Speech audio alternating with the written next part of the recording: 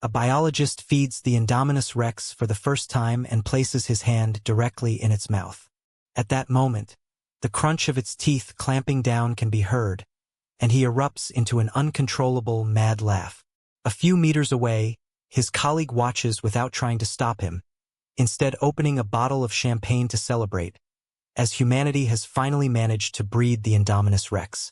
However, Leo, who witnesses the entire scene, becomes paralyzed and almost loses control of his bladder. The situation feels painfully familiar to him, like a scene from an old Jurassic Park movie he saw. The same scene, exactly the same if he recalls correctly. To prevent accidents, in the past, Jurassic World kept a male and a female Indominus Rex, but the male was eaten by her, and Leo turned out to be that male. Just when he thinks danger is imminent, a screen appears before him. It's a genetic fusion simulator, the same one he played in his previous world, where he hunted other animals to absorb and fuse their genes.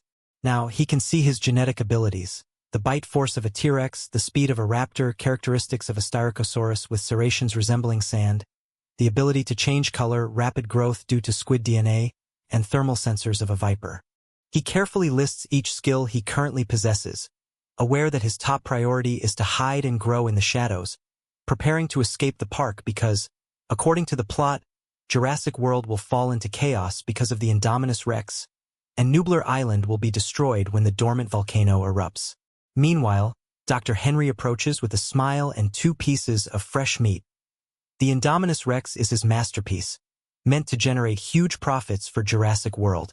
Just as he is about to feed her, the aggressive hatchling suddenly leaps, opening its mouth full of serrations similar to sand and catching the doctor's hand. A bite nearly tears off his fingers. Well, this is definitely more realistic. Blood begins to flow, but Dr. Henry's face shows no change. Instead, his smile widens even more. Leo perceives it clearly. The ferocity of the female Indominus has been imposing since she was born. He needs to grow faster or he won't stand a chance against her. It's his first time eating raw meat, but his dinosaur instinct makes each bite surprisingly delicious. He gains some meat gene points, totaling 2. When he is satisfied, Leo has only 1 gene point left, which he decides to spend on the accelerated growth ability from squid DNA. Squids have very short life cycles, but their growth rate is extreme. In just 50 days, the giant squid goes from a juvenile to full maturity. That is exactly the ability Leo needs at this moment. Part 2 of 37. Growing rapidly alone, he will be able to defend himself in the world he inhabits. 3 days fly by in the blink of an eye. Finally, Leo has accumulated 10 gene points and decides to invest them all in the ability of rapid growth of the squid. As his point bar reaches the maximum, his acceleration begins. An intense heat ignites deep within him, causing the squid gene ability to level up to 2. His growth rate doubles, and Leo feels a wave of excitement. From the very beginning, he knew he needed to enhance this capacity, and now it was clear that he had made the right choice. Gray also possessed the same squid gene with the ability to accelerate growth, but now Leo's pace was twice as fast. With a larger, more powerful body, combined with the intelligence conferred by the human soul, he was not afraid of his rival. In a few days, both Indominus Rex specimens were transferred to Jurassic World. To prevent any escape attempts, tracking chips were implanted in each of them. During the transfer, Leo remained confined in a sealed, uncomfortable, and narrow cage at all times. The cruel reality became clear to him. For humans, he was nothing more than a useful object for profit. If he was no longer considered human, then he had to prepare to face humanity itself. A few hours later, Leo and Gray arrived at the fence of Paddock 11, the northernmost in Jurassic World.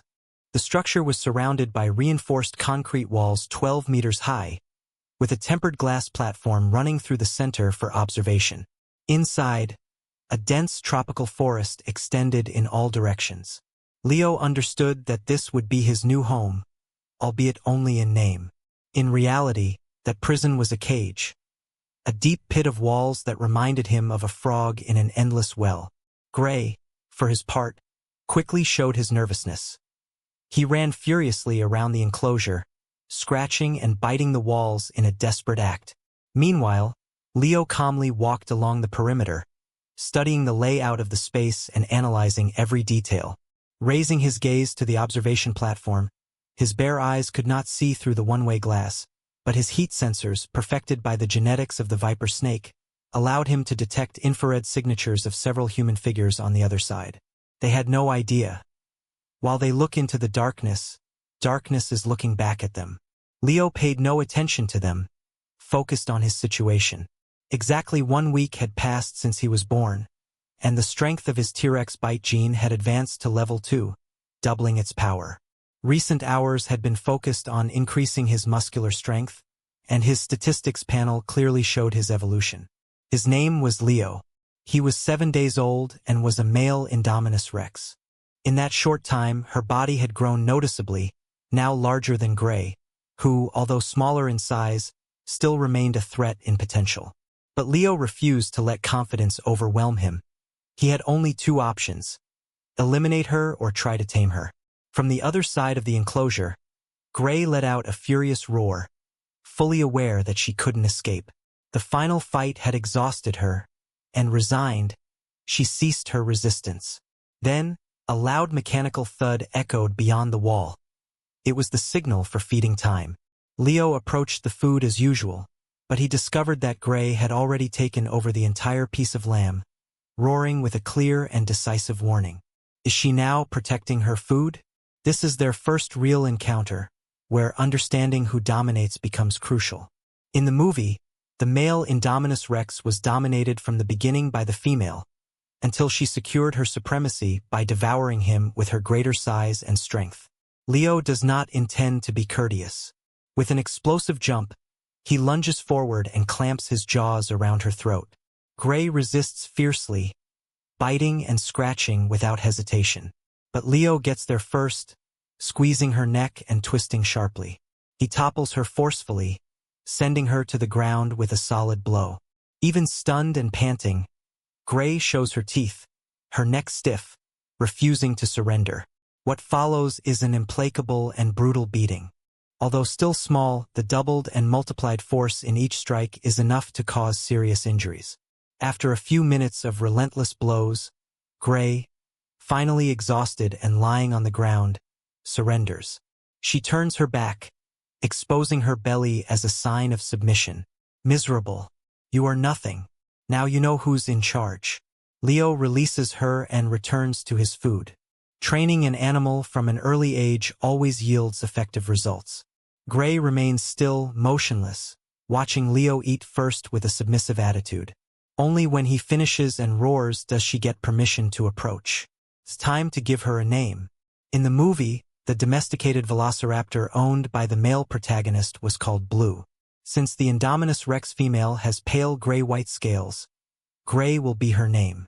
From that day, a new routine appears in Leo's daily training: taming Gray. Time passes quickly. At 3 months after her birth, in Pen 11, a sort of living AI is placed, hidden among the vegetation. Leo and Gray are separated and approach silently from behind. In an instant, Leo emerges quickly, like a lightning bolt, soaring in flight against the AI. He knocks it down and makes it crawl across the earth, squealing in panic. Leo grabs its throat with his teeth, and Gray quickly approaches, clamping her jaws on the creature's abdomen. In a short time, the scream ceases completely. The AI was a domestic pig. Part 4 of 37. The gene concedes 5 points and adds a removable domestic pig gene, strong and bulky, at level 1. It rejects the option of creating a robust physique. Leo decides to invest those 5 points into the accelerated growth of the genetically modified squid. At level 3, its growth rate triples. With its current strength, defeating a lion, tiger, or leopard would be easy, but that is not enough. The real threat to Leo is not wild animals. It is humans. Until he can confront armed soldiers, he will not consider escaping. The AI is quickly stripped of all its resources by both Indominus Rexes. Leo's temperature sensitivity detects movement near the observation platform. It is Dr. Henry, accompanied by a stout man with a round face. The latter, belonging to a private mercenary group, is named Hoskins. Henry had created the most perfect killing machine the world had ever seen. However, these two Indominus Rexes were born at the same time. Why was there such a size difference between them? Hoskins, clearly excited, explained that he had incorporated squid DNA into their genome, which accelerated their growth. Observing them now, it seemed that the male contained a higher concentration of squid DNA, which is why he grew faster. Dr. Henry nodded and confirmed that this was even advantageous, which made Hoskins light up even more. In reality, these two Indominus Rexes were only the first prototypes that Professor Henry had made, officially intended as attractions at Jurassic World. However, after those scenes, his secret plan was to use these hybrids in military operations. If they met expectations, Dr. Henry would move on to mass production, forming a complete army of Indominus Rexes to operate in conflicts. By 10 months of age, Leo measured over 15 meters in length, reaching a height of approximately 7.5 meters. His weight had doubled, reaching 20 tons. He now matched the size of the adult female Indominus seen in the movie. Additionally, each of his genetic abilities had been raised to level 5, completing his development. His T-Rex DNA gave him a much more powerful bite, and his Raptor gene conferred high running speed. Leo checked his stats panel. Name, Leo. Age, 10 months. Species, Indominus Rex. Comparing, Gray at the same age measured only 7 meters long, 3.5 meters tall, and weighed 4 tons, 5 times less than Leo. It was time to break free and regain his freedom. Staying there no longer made sense. Resources were scarce and human daily rations were very limited. Moreover, after so much time in a confined space, Leo refused to continue squishing in that narrow cage. It was time to take all humans off the island. None should remain. Following that idea, Leo turned and let out a roar at Gray, who was still eating, signaling the start. The operation had begun. In the movie, the female Indominus Rex had used her frog genes with infrared to block the paddock's infrared detectors. Then, she left claw marks on the walls, simulating that she had escaped by climbing. Claire hurried to the control room to locate the female, only to discover that she had been hiding inside the enclosure all along. By the time they managed to enter, she had emerged, blocked the service door, forced the guards to open the main gate, and escaped. The entire plan depended heavily on luck. In contrast, Leo's escape was uncomplicated. He looked at that door and knew he couldn't be stopped. The structure wouldn't withstand his passage. This attack symbolized 10 months of captivity, humiliation, and continuous resistance. Not even divine intervention could stop him now. From the observation platform, Mizani and Claire watched in astonishment. It was impossible to believe what they were seeing. The male Indominus Rex had forcefully broken through the fence and escaped the enclosure. Gray left just after Leo from cage 11, tense and alert. Upon leaving, they encountered a construction team working outside. The dinosaurs had managed to escape, and panic broke out among those nearby. Everyone hurriedly fled, seeking to save their lives. But one worker had barely taken a few steps when a thick, powerful tail swept over him, dragging him and sending him more than 10 meters into the air. He was torn to pieces with not a single part intact. Leo showed no mercy towards humans. With a single movement of his sharp steel claws, he finished off another worker. Human hunting was insignificant to him, almost a waste of time, more than chasing a pig. Gray, following closely behind, was filled with excitement. He leaped and, in one bite, caught a worker, devouring him whole in less than half a minute. What remained outside cage 11 now was a field of devastation, and both Indominus had already disappeared far away. On the observation tower, only Mizani and Claire remained alive, watching the scene. He ordered the control room to track both Indominus Rexes and to immediately contact the crisis response unit. They needed to deploy an armed team quickly and capture them alive. Mizani issued firm orders, clearly specifying that only non-lethal weapons should be used. They must not harm them. Their goal was to capture them alive. He made sure this was clear. Meanwhile, Leo moved forward steadily and powerfully, quickly leaving the area of cage 11. his heat sensors activated and covered by his detection of the Viper gene species. Every movement within a 1-kilometer radius was fully mapped in his consciousness. As he moves, Leo feels for the first time a sense of relief from the burden of captivity. He extends his arms freely and gazes towards the horizon. What lies beyond the sea? Freedom, without a doubt. It is his destiny. Escaping the enclosure is only the first step. Human pursuit will be unavoidable, and it's time to show them the true power of dinosaurs. Leo stretches out his left claw, spots a precise point on his shoulder, and firmly digs his sharp nail into it. A tiny plate appears in his grip, roughly the size of a human thumb. Then he removes Gray's plate from the same spot on his left shoulder. But Leo does not discard it. Instead, he uses it for something much better, turning the human trap to his advantage. In Jurassic World's control room, Masani, still visibly shaken, and Claire arrive in a rush.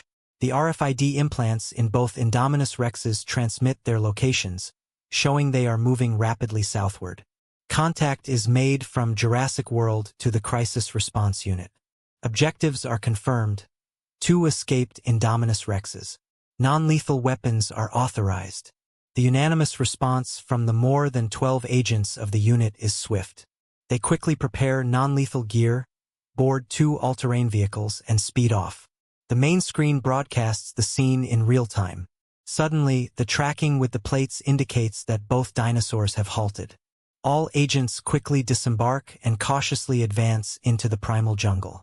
Under a precise order, the response squad sets out, weapons at the ready and silent, prepared for the assault in the forest.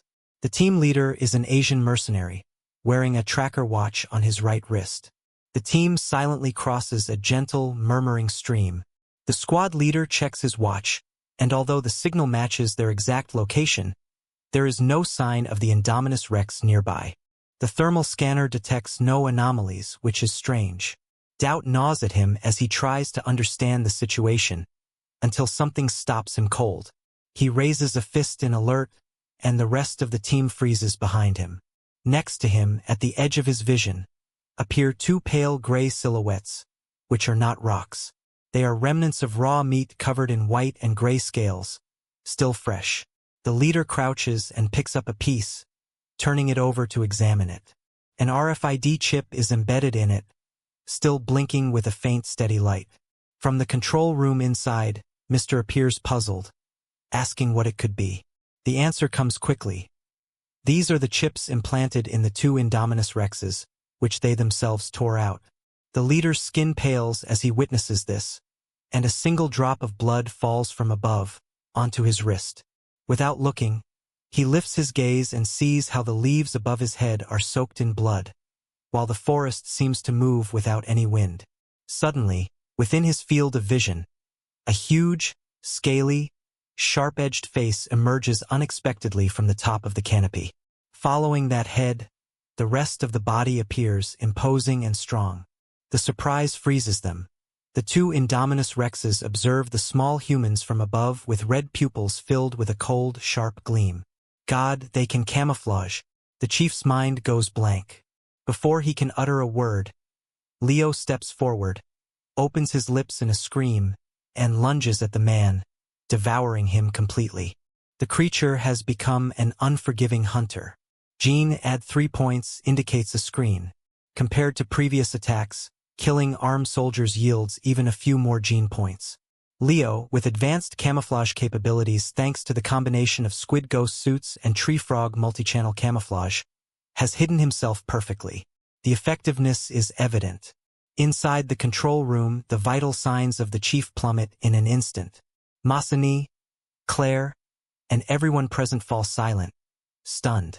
They order to open fire. The soldiers, still in shock, raise their electric pistols and fire quickly. However, the darts barely produce a slight tingling sensation in Leo, similar to a gentle touch. Unfazed, Leo ignores the weapons and charges directly at the squad. Some soldiers, too slow, are thrown by the force of his charge, flying through the air and landing with a crashing sound. Every part of the Indominus Rex is deadly. In less than 5 minutes, all the over 10 soldiers fall one after another. The last one remaining, watching his comrades succumb, completely loses his nerve. He drops his weapon and tries to run away. But as he turns, the little female Indominus Rex appears right in front of him. Her jaw with sharp teeth fills his entire vision, getting closer and closer, and in an instant, she bites down hard, leaving him breathless and with nothing left to see. With that threat eliminated, Leo has accumulated more than 50 gene points in total. For now, he clings to these DNA points as he has other plans for them. Inside the control room, energetic vital signs turn off one by one on the screen, plunging the room into total silence. Everyone is dead. "What do we do now?" asks a staff member with a trembling voice. Additionally, both Indominus Rexes have completely disappeared from the radar. Claire turns to Masani and orders, "Contact the Rapid Response Unit. Mobilize immediately. With full combat ammunition, search the entire park for these two monsters and eliminate them without restrictions." Masani has no choice but to accept the order. These creatures are completely out of control, and to prevent a greater catastrophe, they must be destroyed. Sunbeams penetrate through the thinning trees, casting a golden light over the forest boundary. Moving south, Leo and Gray finally reach the tree line and glimpse a vast expanse stretching before them. It is the herbivore zone. Brachiosauruses and Apatosauruses wander in the distance, while herds of Triceratops and Parasaurolophus move in groups, and Ankylosaurs stroll with their armor intact. For a Indominus Rex, this is its hunting ground. Leo has already fused a considerable number of genes, but there is still much to complete. He has gaps in his DNA, and his defenses remain his main weakness. To close this gap, he needs more fusions and stronger abilities, and he has already set his first target. His gaze is fixed on 3 ankylosaurs grazing nearby. Using their hind legs, they push forcefully against the ground, leaping forward with a powerful jump that cuts through the air and brings them closer to the nearest one. The slow-moving Ankylosaurus finally perceives the threat and attempts to flee. The ground trembles as Leo approaches with heavy steps, catching up to the last one in the group. In a brutal impact, he knocks it over onto its back, exposing its unprotected belly, its weak point. Without hesitation, Leo sinks his jaws into it. The Ankylosaurus struggles to stay alive, but the blow has been fatal. Without stopping, Leo turns toward the other two, who stop abruptly at the sight of him. Both strike with their enormous tail clubs, aiming with all their strength at Rex's legs. A direct hit could break bones and tear muscles. Leo, with the agility inherited from raptors, anticipates the attack and swiftly dodges. When the Ankylosaur's attack fails, Leo makes his move. Redirects his momentum, flipping one onto its back with a precise motion. A slash with his sharp claws, as steel-like as blades, slices through the flesh and opens the animal's belly as if it were cloth. The last Ankylosaurus tries to escape but cannot avoid its fate. It joins its companions on the ground, lying still and lifeless.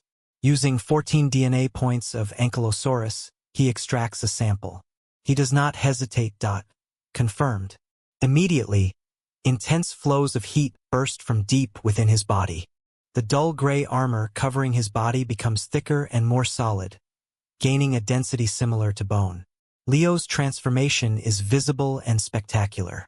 A layer of keratin spreads across the surface, while rows of razor-sharp spines resembling daggers emerge from it.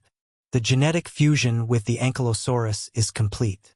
Without hesitation, Leo invests all his points into preserving his genes. He raises his bone-plating armor to level 4 until his resources are exhausted.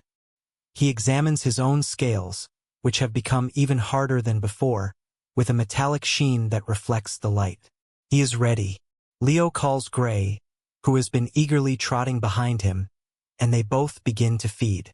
After a quick meal, Leo continues on his way, while Gray and Toe are already stalking the next target, anticipating the next human threat. Speed is essential in hunting to accumulate more genetic points and strengthen their defenses. Meanwhile, at the Dinosaur Gene Research Center, Masani storms in looking for Dr. Henry. Without hesitation, He demands an explanation about the two Indominus Rex he has created, just as he spots Henry. "What exactly are those two Indominus Rex?" he asks sternly. Henry, calm, responds, "I'm sorry, but that's classified. The genetic makeup of the Indominus Rex is generally protected information." Henry leans back in his chair and takes a slow sip of tea. Masani, in a serious tone, states, "You killed people. How unfortunate." Henry replies indifferent, "Nothing more. Your work has caused a catastrophe. The board will withdraw your research and you will face legal consequences." The firmness in Masani's voice leaves no room for a reply. Henry smiles calmly. He knows these situations all too well. If Masani wants to play that game, Henry has nothing more to lose here. It's time to cut losses and escape. In the northern herbivore zone of Jurassic World, chaos reigns completely, with animals fleeing and roaring in panic. All of this happens because two death carriers have entered their territory. The roar of the Indominus Rex sounds again, like a nail in the coffin of their enemies. Even the long-necked Brachiosaurus, famous for its imposing size, is frightened by the sound and flees in a stampede, terrified. The last adult Brachiosaurus is forced to stop and turn around. It faces the two deadly Indominus Rex head-on. The Brachiosaurus measures 25 meters in length, stands 15 meters tall, equivalent to 5 stories, and weighs over 50 tons, casting both Indominus Rex into shadow. Although herbivorous, it shows no fear. Leo faces the giant Brachiosaurus without hesitation. He pushes off with his hind legs, stomps the ground, and races straight toward the enormous creature.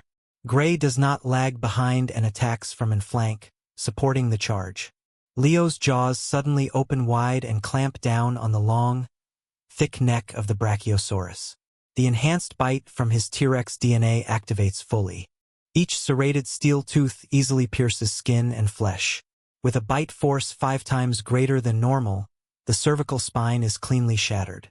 The massive body crashes down like a falling mountain, hitting the ground with a thunderous sound. Leo seizes the opportunity, precisely pinning his steel claws into the carotid artery.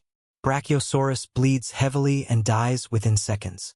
For its capture, it earns genetic points in addition to 300. The Brachiosaurus gene, a giant growth extract, sparks a flicker of excitement in Leo. That's exactly what he's looking for because, in his logic, the bigger it is, the stronger it will be, and that's always better. Imagining reaching the scale of Kong's or Godzilla's fills him with ambition. When the Brachiosaurus DNA begins to take effect, Leo feels his body transforming into a volcano about to erupt, his blood turning into scorching magma. The pain is so intense that he struggles to contain an involuntary, deep scream threatening to escape. Next to him, Gray watches with concern, softly calling out to check on his condition. Inside his body, 1,000 cells divide and multiply rapidly, stretching and growing every muscle and bone. The transformation is quick and visible, as if a sponge were absorbing water, until his figure reaches 20 meters in length, 10 meters in height, and his weight surges beyond 50 tons.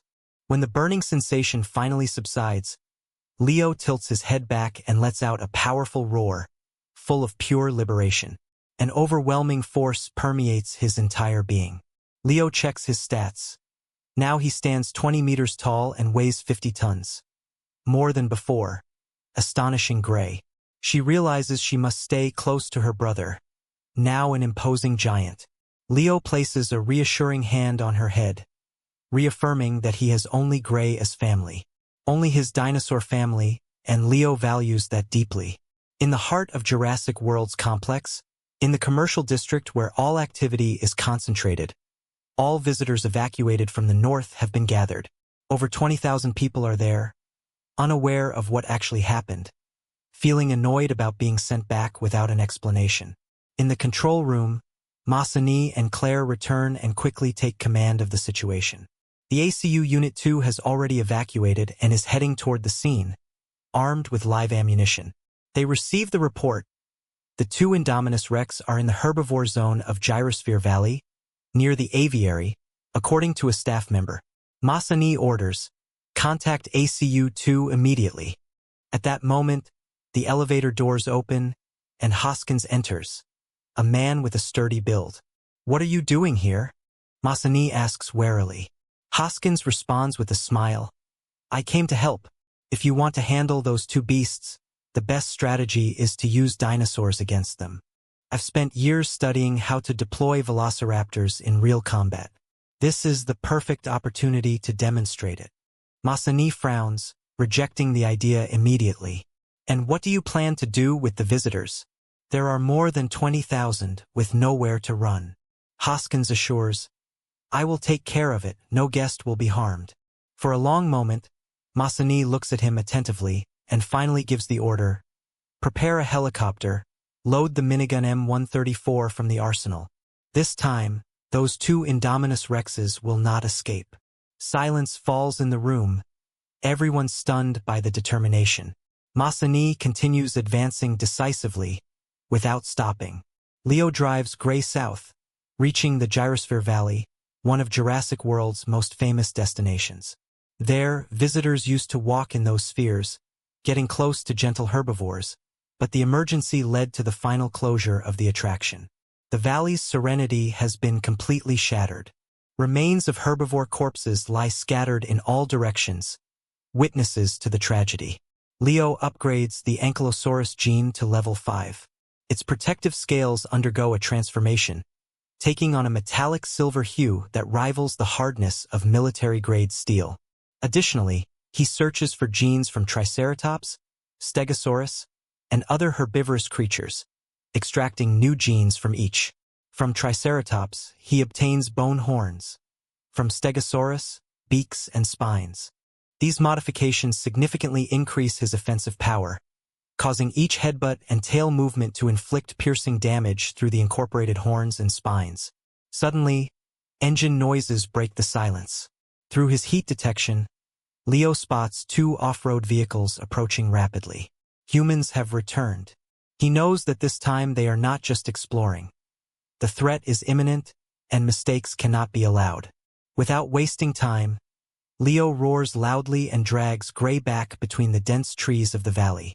Thanks to the phantom camouflage of the squid gene and the multi-band stealth skin's invisibility ability, they vanish into the shadows, preparing to ambush their pursuers. Soon, the sounds of the vehicles draw near.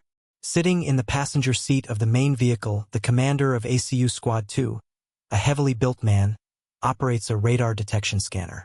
Suddenly, an alarm sounds, and a bright red dot appears on the screen. 1 detected. 3 on the mark. Without hesitation, the commander gives instructions, though something confuses him. Why is only 1 target showing on the radar? At that moment, a brutal roar sounds behind him. He turns around and can barely believe what he sees. The second vehicle has been thrown into the air, and as soon as it hits the ground, a gigantic paw crushes it completely, flattening it into a heap of scrap. The commander raises his gaze and, with difficulty, manages to distinguish the creature bearing that paw. It is a colossus casting a shadow that fully conceals him, the male Indominus Rex. According to reports, this juvenile specimen should measure approximately 15 meters in length and stand over 7.5 meters tall. But when seen in person, it becomes clear that it is much larger. The actual creature exceeds recorded dimensions by more than twice, and the radar scanner did not detect it at all. Does it also have the ability to block radar signals? From the control room at Jurassic World, Claire attentively watches the live broadcast of ACU-2. The monitor displays an image in which Leo appears on screen, almost like a ghost. The heartbeat line, representing detection, sounds again insistently, and everyone sees how Leo manifests on the screen, imposing and defiant. The evidence is clear. It also possesses radar camouflage. No one can believe what they are witnessing. The creature has not only grown significantly larger, but now also sports horns on its head, indicating that it has evolved well beyond its previous limits. Along its length, spanning its tail, pointed spines punctuate its surface, signs of ongoing and astonishing evolution. My God, has it been developing this way all along? In front of Leo, each person present feels their perception of the world tremble and begin to crumble. Without a doubt, the order is clear: open fire. They execute it in unison, letting machine guns and assault rifles aim their barrels at him. From its mouths, cold barrels spew an unceasing torrent of bullets, creating a metallic storm over Leo's imposing figure. However, the image everyone expected, that of the Indominus Rex riddled with holes, never materializes. The clash of metal, the thunder of impacting projectiles, sparks flying in all directions. But Leo remains unfazed and continues forward with brutal determination. How can this be possible? The sight defies all logic and previous beliefs. It's as if everything they thought they knew is collapsing in that moment. Are they joking? Leo does not retreat, nor is he even fazed by the bullets. He doesn't dodge them. He simply ignores the gunfire and lunges forward at a speed far exceeding that of any vehicle. Every tree in his path is destroyed beneath his unstoppable movement. "Move faster!" shouts the squad leader as the driver guns the engine. The engine roars to maximum, fighting to escape, but Leo's speed is much greater, and in seconds, the distance between them dangerously shrinks. Still not giving up, the squad leader takes a sniper rifle, aims directly at the monster's head, and pulls the trigger. The bullet slices through the air, hitting Leo's skull swiftly, but fails to penetrate his scale armor. Instead, it only leaves a deep superficial mark, a slight indentation on his surface. That's all, they think, but Leo let out a deafening roar. In a second, he's already upon them. "Get out now!" shouts the leader, opening the door and jumping outside. The others take a moment to react, and in that brief instant, Leo thrusts his foot forcefully, knocking the vehicle over with a fierce strike. The machine flies into the air, lands on its side, and is finally crushed with a dry crunch. Meanwhile, the squad leader rolls several times on the ground, convulsing from the impact, and with sheer titanic effort, manages to stand up. But at that precise moment, a massive reptilian face, several times larger than his body, appears directly in front of him. Its huge, cruel jaw slowly opens in a smile that is no Mona Lisa grimace, but a devilish expression of a beast. The chief screams, but his cry is drowned out by the silence. Only a few drops of blood remain on the ground. Leo advances to the overturned vehicle, inspects its interior, and finds a survivor, whom he mercilessly finishes off. The ACU-2 unit has been completely destroyed. Inside the control room, every vital sign disappears, fading away without a trace. Claire and the others remain silent, wordless, unable to comprehend what they just witnessed. That Indominus Rex is a monster, they think in their minds, and no conventional army can face it. The only remaining hope now rests in Miss Ronnie, who has been evacuated directly to the skies to stay away from danger. Meanwhile, on Leo's interface, notifications of casualties continue to appear one after another, confirming the devastation caused by that unstoppable being to his enemies. He manages to accrue more than 30 additional experience points in this confrontation. However, hunting humans proves to be of very limited value, as these points are not enough to make a significant difference. Only when the battle is over does Leo order Gray to come out of her hiding place. She doesn't have his build, and a burst of bullets could seriously endanger her life, so he kept her concealed during the fight. Gray comes to his side and inspects him for injuries, discovering that a sniper bullet lodged in his skull armor. She growls and gently pushes Leo to lower his head, extending a claw delicately to extract the ammunition, then softly licks the wound. "It's all right," says Leo with a smile. He has only a small wound and just a few drops of blood. Gray, however, has left a pool of saliva on the ground, which she finds somewhat amusing. The sniper wound caused little damage, but she was marked by the saliva. Suddenly, Leo hears a loud hum in the air, the spinning blades of a helicopter approaching rapidly. Looking upwards, he sees a craft heading directly towards his position, with its side door open and an M134 minigun mounted inside. The situation is dangerous. Every instinct in Leo screams a warning, and in a protective instinct, he orders Gray to retreat quickly. He will stay to distract the helicopter, intending to draw all the enemy's attention. Gray perceives the risk and does not want to leave him alone, but faced with Leo's firmness, she is forced to vanish into the dense forest of the valley. Meanwhile, Leo takes a different course, speeding straight toward the target, a bird aviary located at the far end of the valley. He lacks anti-air capabilities and can only withstand impacts, so it's time to call for reinforcements. His objective is several hundred meters away in the vast distance, at the most remote corner of the forest. Inside the helicopter, Masani pilots the craft, flanked by two armed men. Without warning, the M134 minigun begins unleashing a torrential rain of bullets, a torrent of fire that unfolds with deafening noise. The large-caliber bullets slice through the air in relentless attack, chasing Leo as he zigzags at full speed across the terrain. The difficult geography of the valley, combined with his incredible speed, allows him to dodge much of the fire, but many bullets manage to hit him, producing a constant clatter of metal against metal. Is this made of iron?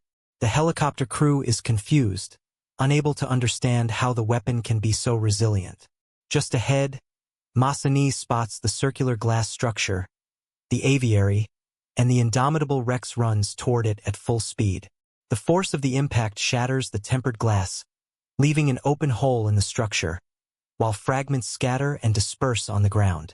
No, Masani thinks in panic. If the T-Rex manages to escape from the aviary, they will not only endanger the helicopter but also put all the tourists in Jurassic World at risk. Within seconds, Leo crashes into the structure, causing chaos among all the animals living there. Startled by the magnitude and ferocity of the event, the T-Rexes, mostly medium-sized species like Triceratops, Diphonosaurs, and others, totaling at least 400 or 500 creatures, begin to emit panic screams, uncontrollable due to the huge presence threatening them. Leo lets out a roar that echoes like thunder and swiftly launches himself toward a pteranodon perched on a rocky formation. The flying reptile tries to take flight, but it's too late. Leo's jaws clamp firmly around its slender neck, crushing the vertebrae in an instant. Effortlessly, he devours it as if it were a simple snack. You have hunted a pteranodon. This earned 30 points on Gene's scoreboard. Additionally, they obtained an extra gene, one from a pteranodon, and a level 1 flight ability. They proceeded to extract the sample. Leo's eyes sparkled with excitement. The fusion of the pteranodon gene meant developing real wings and the ability to soar through the sky. But it was not the time to fuse genes yet. First, he needed to wait until the human threat was neutralized, and afterward, find a safe place. What followed was an authentic scramble for the aviary. Leo urged all the pteranodons to take flight and, in a stampede, they broke through the glass. From inside the helicopter, Masani and his crew watched as a flock of feathered monsters charged at them. The crew members turned pale and hurried to lift off, trying to escape the onslaught. But the pteranodons did not release their prey.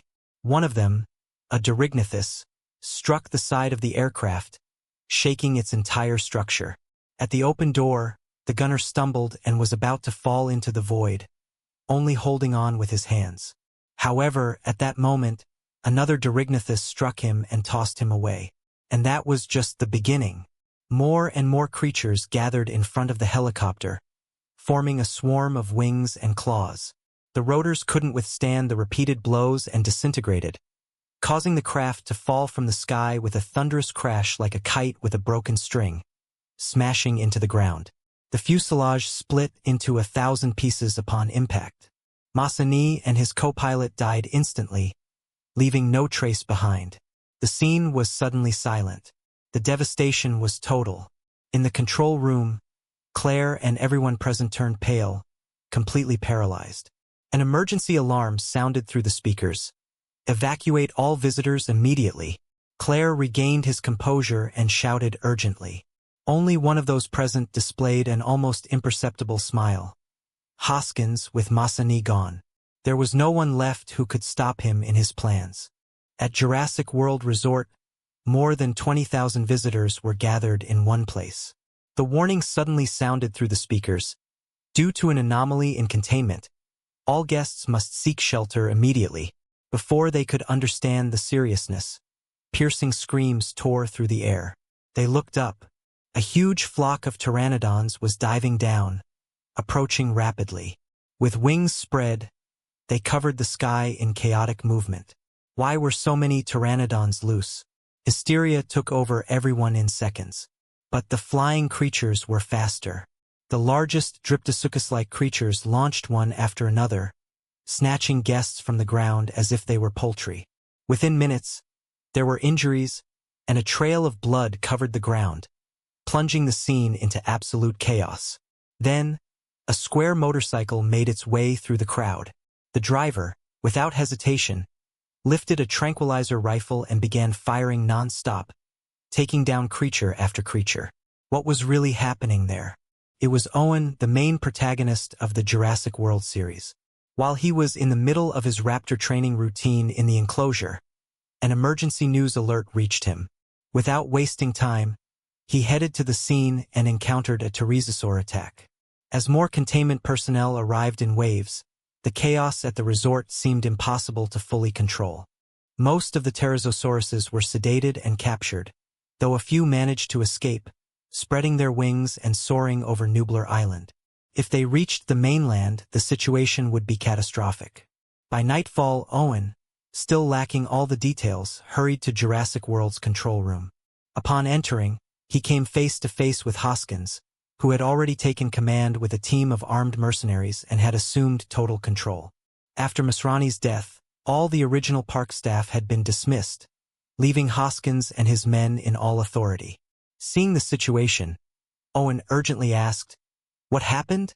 Why did the pterosauruses escape from the aviary?" Hoskins, with a superficial but cold smile, replied, "You don't know yet. Let me explain." Thus, he began to detail how 2 Indominus Rex had escaped, leaving Owen paralyzed with disbelief. Then Hoskins shared his plan. He needed Owen to use his raptors to hunt down the 2 escaped creatures. Finally, he revealed his true intentions. "There's no other option. I want your raptors to find and kill the Indominus Rex." Owen firmly refused. No way. He knew Hoskins' motives well. Hoskins had always wanted those creatures for his own interests, and it was clear that 4 raptors wouldn't be enough to take on 2 Indominus Rex. Moreover, his raptors had never been used in real combat. A loss would be disastrous and uncontrolled. Hoskins, with an authoritative tone, insisted, "I'm not asking. I'm in charge, and my team is already in the raptor enclosure, ready to act. Whatever happens, this will go forward." With no other choice, Owen finally agreed to protect others. He would personally lead the mission to track down the Indominus Rex and assist the mercenaries in neutralizing them. Meanwhile, in another corner of the park, all the pterosauruses had managed to escape through a breach caused by a malfunction. The destroyed helicopter remained ablaze. In that scenario, Leo, responsible for the string of disasters at Jurassic World, had left the aviary and gone deep into the valley forest. There, in a secluded spot, he began to fuse the pterosaur DNA, focusing his mind on that objective. The burning sensation ran through every fiber of his body during the process, and the pain became unbearable. Suddenly, a deep crack was heard, followed by a gnarly sound of bone tearing from both sides of his ribcage. 2 long, tubular bones slowly protruded, piercing through the skin and scales, extending from his sides. The pain was so intense that Leo couldn't help but roar. The 2 hollow, symmetrical bones grew like reeds in the rain, continuing relentlessly until they reached 30 meters in length. Finally, they stopped growing, and the wing structure was complete, forming a framework spanning 60 meters in diameter. The fusion of the pterosaur gene was underway. After consolidating the skeleton, a thin, smooth membrane began to slowly cover the structure, unfolding like a sail in the wind. As the union neared completion, the pain gradually dissipated, giving way to euphoria. Leo walked to a nearby brook and looked at his reflection in the water. Only one word came to mind: magnificent. His wings seemed to be part of him forever, just as he had dreamed, a gift granting him the ability to fly. However, how effective this skill would be, he could only find out in practice. With a powerful roar, Leo lifted his gaze to the distant sky and spread his silver wings in all their glory, extending them to their maximum size, grand and free. His proud figure looked ready to take off at any moment. Precisely, Leo flapped his wings. Strong currents of air formed underneath, tearing through like a storm. His body felt lighter under the force of the wind. In a swift movement, his sturdy hind legs struck the ground with force, creating deep craters in the earth. Without a doubt, his bulky body launched upward with surprising agility. At the same time, his wings moved with a rapid and vigorous rhythm, generating lift and thrust with each beat. Slowly, his 50-ton figure ascended, breaking through the tree canopy to pierce the open sky. He was flying. From above, he watched the ground recede and the treetops shrink to a tiny scale. Excitement was clearly reflected on his face. At first, his speed was moderate, but as Leo got accustomed to flying, he flapped his wings more forcefully, and his airspeed steadily increased. From the heights, he saw a familiar figure on the ground. Gray, whom he had separated from earlier. He called out loudly, and she responded with a scream, although he couldn't see her at that moment. Only when he looked up did he discover a gigantic silhouette of wings descending from the sky, raising wind and debris of leaves and branches. It was Leo. He lands smoothly, his towering wings folding like an umbrella collapsing, fitting perfectly against his broad back. As he touches down, Gray circles around his wings out of curiosity. Leo nudges him on the head, roars in satisfaction, then takes flight towards the south, heading to the central area of Jurassic World Park. Night falls silently after sunset. In paddock number 3, where Owen cares for the velociraptors, he collects the pieces of meat that were previously cut from Leo and Gray to extract their RFID chips. He makes the 4 velociraptors smell them one by one, identifying the scents of the Indominus Rex. Soon everything is ready. Owen mounts his quad bike while the mercenaries approach in an armored vehicle. It's time to release the predators. As Owen's words are heard, the doors of paddock 3 open with a roar. Leading the charge, Blue and the other 3 velociraptors shoot out like lightning, driven by speed and ferocity. Behind them, Owen's quad and the mercenaries' armored vehicle follow closely. These fierce predators are seeing the outside world for the first time, and within them, all their instinct for swift hunting is unleashed at its peak. After about 10 minutes, the velociraptors suddenly slow down, as if sensing something. Their sense of smell sharpens. They have caught a scent that stops them. The Indominus Rex. Owen, alert, quickly contacts the mercenaries behind via radio. The velociraptors stop abruptly, and Owen, along with the armed men, disembark from their vehicles and move silently on foot. A dense, nearly deadly silence envelopes the area. Everyone, including Owen, feels cold sweat running down their foreheads. Then, from nearby trees, a faint movement begins, almost a whisper in the darkness. Before everyone's eyes, a massive black shape emerges from the shadows. It is the male Indominus Rex, having arrived there, and only when they see it with their own eyes will they believe its presence. Owen then clearly understands how colossal Leo is. The velociraptors and the humans accompanying him seem tiny, like mice before a whale. The creature that has arrived is Leo himself. After sensing the presence of the velociraptors and humans in his mind, he approaches to intercept them. It's important to remember that Leo contains raptor DNA within him, which allows him to communicate with them without barriers, crossing species. The velociraptors, extremely intelligent pack animals, follow the orders of the strongest alpha, like wolves. Their true enemies are the humans who raised and caged them from a young age, the humans now facing them. With a mighty roar, Leo makes his stance clear to the 4 velociraptors. Dinosaurs will never be slaves. As his words echo, the velociraptors turn abruptly and fix their gaze on the humans standing behind them. Immediately, the battlefield transforms completely. Fury and surprise reveal the true reason why they always refused to surrender the Indominus Rex's genetic sequence. The truth is that specimen contained raptor DNA inside, and only now Owen realizes the deception. A chill runs down his spine as his mind processes the situation. What are they waiting for? Open fire and take him down, shouts Hoskins from the control room, desperate. The armed mercenaries, in an act of desperation, unleash their entire arsenal on Leo, firing all available weapons. But each shot, upon impact, only sparks and crackles on his skin, as if hitting an impenetrable armor.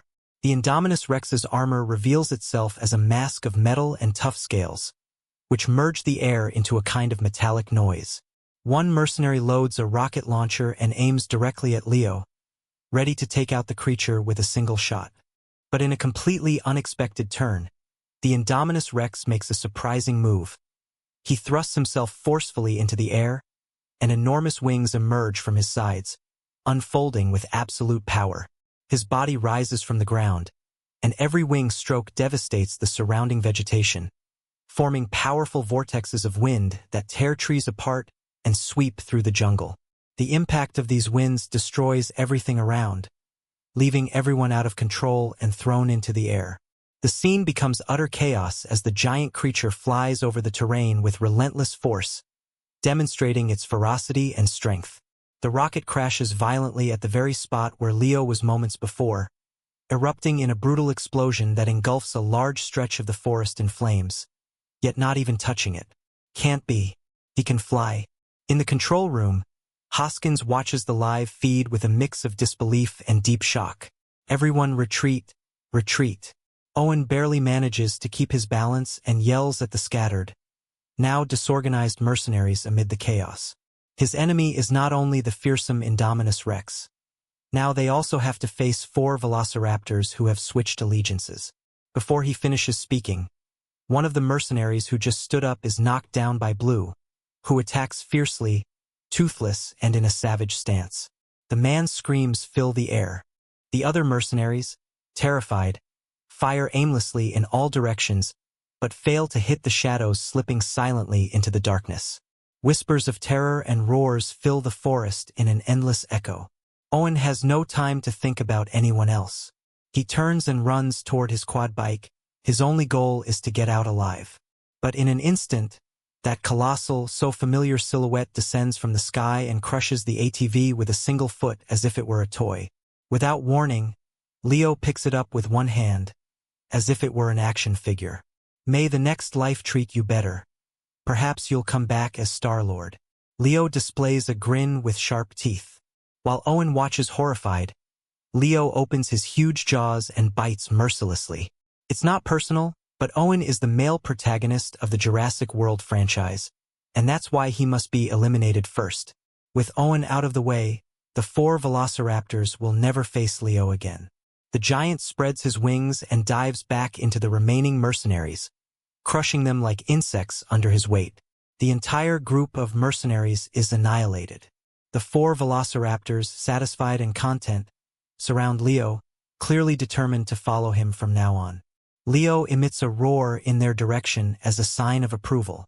There is no future in loneliness. As the saying goes, all possible forces must be united. At that moment, Gray appears from the shadows, right behind them. He also possesses raptor DNA and has a brief exchange of words with the pack. Gray, much larger and stronger than the velociraptors, forces Blue to cede his place as second in command. Everything in this scene feels strangely familiar, as if it's a group of disorganized bandits fighting over ranks. Watching Gray and the velociraptors establish their hierarchy is somewhat amusing for Leo. But they are not mere bandits. They are a true band of avengers, determined to avenge themselves against those humans who kept them prisoners all their lives. Dinosaurs will never be slaves. We will rise up and rule. Leo lets out another thunderous roar, full of determination and strength. Then, he quickly leads Gray and the velociraptors away from that place. After crossing the forest, they reach the central core of Jurassic World. For too long, humans have hunted these creatures, but now it's their turn to fight back. Meanwhile, in the control room, Hoskins looks completely defeated. His temples pulse with fury, revealing the rage consuming him. What once seemed like a guaranteed victory has turned into a humiliating failure, a total defeat. He recognizes that the Indominus Rex was, in fact, the perfect military weapon. But that opportunity is already lost. It's better to run while there's still time. Hoskins takes out his phone and frantically dials Henry. The mission has gone awry. Everything went wrong. They must gather everything, research, documentation, and leave that cursed island as soon as possible. Escaping from this hell is imperative. Hoskins orders in a gruff voice, and Henry has no choice but to accept. Hoskins and the few mercenaries get into a helicopter and take off. But as they soar into the sky, a deafening roar like an uncontrollable thunderpiece pierces the night. Everyone on the aircraft is gripped with absolute terror. It is the male Indominus Rex, back again, come to settle its score. It's impossible. Nothing in that world can fly, let alone reach such a size. Upon seeing it, Henry instantly recognizes Leo, his own creation. The male Indominus Rex. No one knows its genetic makeup better than Henry. The creature combines more than 10 different animal species, yet none of them explain those wings resembling a pterosaur's, the horned crest on its head, the spines on its tail, or the disproportionate size that recalls a brachiosaurus. What is happening? Has the male Indominus Rex mutated genetically? Is it capable of evolving constantly without control? Henry cannot believe what he has accidentally created. A monster that flies straight toward them. "Buckle your seatbelts and open fire," shouts Hoskins, a mix of panic and determination. At the open door of the helicopter, a mercenary aims with a heavy machine gun and fires angrily, but Leo doesn't dodge a single shot. Its flight, driven by a terrifying reach, carries it directly against the craft. They haven't gained much altitude and have no time to react when Leo is already upon them. The structure of the helicopter, over 10 meters long, appears fragile and insignificant compared to the rapidly approaching silhouette of the creature. Both Hoskins and Henry are petrified with fear, unable to utter a word. Suddenly, Leo closes its jaws around the helicopter's tail. The solid alloy structure breaks apart and crashes down with a thud, as the aircraft loses balance and nosedives. Fortunately, they weren't very high, so the fall leaves them in danger but still intact. As Henry exhales with relief and hurriedly escapes the debris, the terrifying silhouette of the Indominus Rex, like death itself, falls beside them. The gust of wind created by its massive wings nearly sweeps away all the helpless humans still present at the scene. Effortlessly, the Indominus Rex extends its scythe-like claws and rips apart the helicopter's casing, exposing everyone inside. Among them are some mercenaries still trying to raise their weapons to resist, but they are easily crushed by the monster's club-shaped tail, which reduces them to pulp in a single blow. Hoskins, frantic, screams hysterically, "Save me! Save me!" as his rounded abdomen trembles and he drags himself out of the chaos, desperately trying to escape the creature's grasp. Indominus Rex, with its enormous dragon-shaped paw, lunges forward and crushes the area where Hoskins is trying to escape. When it lifts that limb again, only a deep imprint remains in the ground. The only presence left in the crater is Henry, lying on the ground, paralyzed with fear, his gaze fixed on the monster just a few centimeters away, his face pale as ash. His lips tremble, but he cannot utter a word. He senses that Indominus Rex has saved him for last, aware that the creature recognizes him.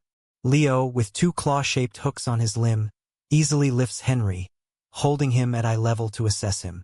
Then, he halts, and just then, Henry sees the corner of Leo's mouth curve into that now familiar savage smile, full of cruelty and malice, emerging from the depths of his nature. Leo knows exactly who he is facing. The first person he saw when crossing into this world was Henry, the creator of that monster. Like Indominus Rex, Leo is a genetically modified creature without a family, and his creator was precisely Henry. That is why Leo feels he must thank him. With a slight squeeze of his claws, Leo breaks Henry's neck with absolute ease. Henry's eyes widen, his pupils dilate, and his expression freezes in an incredulous grimace. Within moments, he becomes inert, like Hoskins before him, dying with the expression of having seen the impossible. Leo throws his body aside and prepares to leave, But suddenly, the ground trembles violently, as if some giant creature is approaching rapidly. Within his psychic perception, Leo clearly detects that a colossal Tyrannosaurus Rex has been unleashed and is swiftly moving toward his position. Confronted with this, a woman runs in high heels, holding a burning flare in her hand. About half an hour earlier, after the mission's collapse, Hoskins fled with his group in a stampede, while the rest of the personnel in the control room dispersed to save themselves. Only Claire remains motionless, aware that if she runs, no one will be left to stop the Indominus Rex and that beast. Claire had only one plan, bold and reckless in equal measure, to face one dinosaur with another. Jurassic World currently houses 11 large enclosures, each with maximum danger predators. In pen number 9 resides a Tyrannosaurus Rex. Franchises come and go, but the T-Rex endures over time. This particular version is the true queen of Isa Nublar, an emblematic symbol of the entire Jurassic saga, and her name is Rexy. That is why Claire decides to free Rexy, the old queen, from her enclosure with one goal: to stop the male Indominus Rex, responsible for massacring everything in his reach, guided by Claire to that position. Immediately, Rexy's eyes lock with Leo's. She lets out a thunderous roar that seems to shake the very earth, and Leo responds with a defiant bellow, eager not to fall behind. Leo, whose size exceeds 20 meters in length and weighs over 5 decades, significantly outmatches Rexy. However, despite the obvious size difference, Rexy shows no fear or hesitation. She is the first to advance, breaking into a straight run toward Leo, jaws open, aiming for his neck. Leo faces her head-on, matching her strength, and both collide with a loud bang that echoes like thunder in the night. An invisible wave spreads out, causing the ground to tremble and creating craters beneath their feet.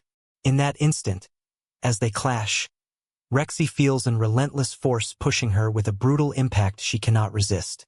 She is hurled into the air and crashes through a nearby building, sinking among rubble and stone fragments, with broken bones and severe injuries. In a single exchange, Rexy is completely defeated. And Leo, at that moment, doesn't even fight with all his strength, as he has no interest in ending an already aged queen. Instead, his goal is to capture Rexy, to bring her under his dominion. The fight ends too soon, before it has truly begun, and Claire watches as the Indominus male glares fixedly at her. His jaw is open, with blood-stained, still dripping fangs, as terrifying as a demon. Claire turns around and flees hastily, but in the next instant, the female Indominus Rex materializes out of nowhere and bites her down with a single precise snap. The newcomer is gray in color, arriving just in time, and could not have received a more deadly welcome. On the same night, the pack of velociraptors quickly joins the slaughter. Leo averts his gaze without even noticing that the main cast of the movie has been eliminated. Everything has been razed. Having become a beast, Leo no longer recognizes himself as human. Those who do not belong to his species will always have different loyalties, and this truth applies both to animals and humans. For Leo, humans are now just another enemy, with no distinction between good and evil. From the rubble, Rexy's final roar echoes, and only then does she struggle to get up. Leo approaches, his narrow, red pupils glaring down from above, and emits a roar that sounds like a final command. Carrying the DNA of Tyrannosaurus Rex within him, Leo communicates effortlessly with Rexy, offering her exactly 2 options: submit or die. The defeated Rexy, who once displayed fierce pride, now faces a creature of much greater power, and has no choice but to bow her head in submission. Leo nods with satisfaction and introduces Rexy to Gray and the velociraptors. Another skilled fighter joins the ranks. However, this is still not enough, as 14 and 9 cages are already open, both for the velociraptors and Rexy. Why not open all the cages and release all the carnivores at once? Let the storm roar with all its fury. All it took was a decision, and Leo immediately leads the action alongside Gray and the velociraptors. The first cage houses a group of small carnivores approximately 1 meter in length. Moving as a collective, they are capable of causing fatal injuries with ease. The second cage contains 5 Dilophosaurus, medium-sized carnivores, about 5 meters long and weighing half a ton, capable of spitting paralyzing venom that leaves their prey immobilized and sightless. The fourth cage shelters 2 Carnotaurus, large carnivores about 8 meters long and 3 tons in weight, known as the Cretaceous cheetahs for their extraordinary speed. The 10th cage holds a Giganotosaurus, a large carnivore with dorsal spines, severely genetically modified and nicknamed the North Giganotosaurus because of its striking appearance. One by one, Leo storms through cages 8 with a deafening roar, releasing all the predators confined there. With this, Isla Nublar has definitively changed hands. It is no longer a park for humans but a territory belonging to the dinosaurs. Freed from their cages, the carnivores emerge with triumphant roars. But then, a single roar of absolute authority echoes in the air. Raising their eyes to that sound, they discover an imposing winged creature, a 4-legged dragon, floating above them. They quickly understand. It was this beast that broke open their cages and set them free. Leo watches the carnivores from above and issues another commanding roar. Its meaning leaves no doubt. Submit or die. The smaller pack of Compsognathus and the Dilophosaurus group throw themselves to the ground in horror. 3 Carnotaurus and 2 theropods, seeing Leo's imposing presence, bow their heads in respect. But the remaining Theocynosaurus, Quetzalus, Spinosaurus, and Giganotosaurus resist submission. Well, Leo thinks, analyzing each reaction, those who surrender will not be disturbed. Those who don't will receive a lesson they won't forget. Without a word, Leo spreads his wings and dives swiftly, targeting the strongest, the Giganotosaurus. Surprised by Leo's sudden attack, the Giganotosaurus tries to dodge, but it's already too late. An overwhelming force hits him, causing the Giganotosaurus, with his 15 tons of weight, to be thrown sideways through the air as if he were a baseball during a home run. A dinosaur crashes through several buildings with fury, finally stopping after devastating the structure in its path. One by one, they fall. As soon as Leo lands, he spins around and, with his tail resembling a club, delivers a wide strike, pushing the Spinosaurus to the other side, making it fly away as well. Not to sound arrogant, but each of you leaves much to be desired. A scream of terror echoes through the air. Sensing that the tide is turning against him, the Quizcatlas spreads its wings hastily and tries to take off, seeking to escape. Can't you handle him? Fine, just run. Run. Just when the Quizatlas pushes off with its hind legs to lift into the air, Leo is already above it like lightning, and taking advantage of his roughly 10-meter height advantage, he extends his hand and precisely grabs the Quizless, which is already about 4 or 5 meters above the ground, in one clean motion. Then, he forcefully slams it back onto the earth. The last Therizinosaurus, so terrified that it collapses right there, is paralyzed, unable to move. Leo lets out a final roar of dominance, and his opponents rush to kneel before him, bowing their bodies as a sign of loyal submission, subdued and completely defeated. The Quiz has no other option but to kneel as well. The Giganotosaurus and the Spinosaurus, emerging from the wreckage after the battle, now appear completely docile. In the world of dinosaurs, there is only one law: the strong devour the weak, and the most powerful rule. Thus, Leo has managed to dominate all the carnivores of Jurassic World. His army has grown substantially, but that's only the land dinosaurs. He has not forgotten that in the Westlake area, in the center of Jurassic World, dwells a Mosasaurus, an unmatched force. Undoubtedly, this Mosasaurus is the most powerful being in the entire Jurassic franchise. The secret card that in the story devours the final boss, Indominus Rex, in a single bite, measures over 30 meters in length, far above any real Cretaceous Mosasaurus. Even Leo, at this moment, does not rush to face that beast. For now, they maintain a relative peace. There is no hurry to confront the Mosasaurus. That can wait. There is something more urgent to attend to first. Leo organizes his alliance of Jurassic creatures and leads them through the forest toward their final destination, the Southern Port District in Jurassic World. This district functions as the main entrance and exit of the island, located on the southern coast of Isla Nublar. Night has already fallen deep, but a considerable group of tourists is still gathered there. Suddenly, from high in the silent sky, a tearing roar shatters the silence, filling the air. What was that? A thunderclap? The port visitors look up, observing a dark mass in the sky approaching rapidly. As it gets closer, they realize it is not a storm or any ordinary cloud. It is a four-legged dragon with wings, flying at great speed, hurriedly, with a thunderous roar. Even from afar, everyone feels an overwhelming and awe-inspiring presence emanating from the creature. A monster. Every human tourist who witnesses this is seized with absolute panic. This four-legged winged dragon bears no resemblance to any dinosaur from Jurassic World. It is simply a monster. The port plunges into total chaos, and from the shadows of the port, a pack of ferocious carnivores emerges, blocking all escape routes for the tourists. The dinosaurs roar and scream as if solemnly declaring to all humanity that, from this moment, this island belongs to them.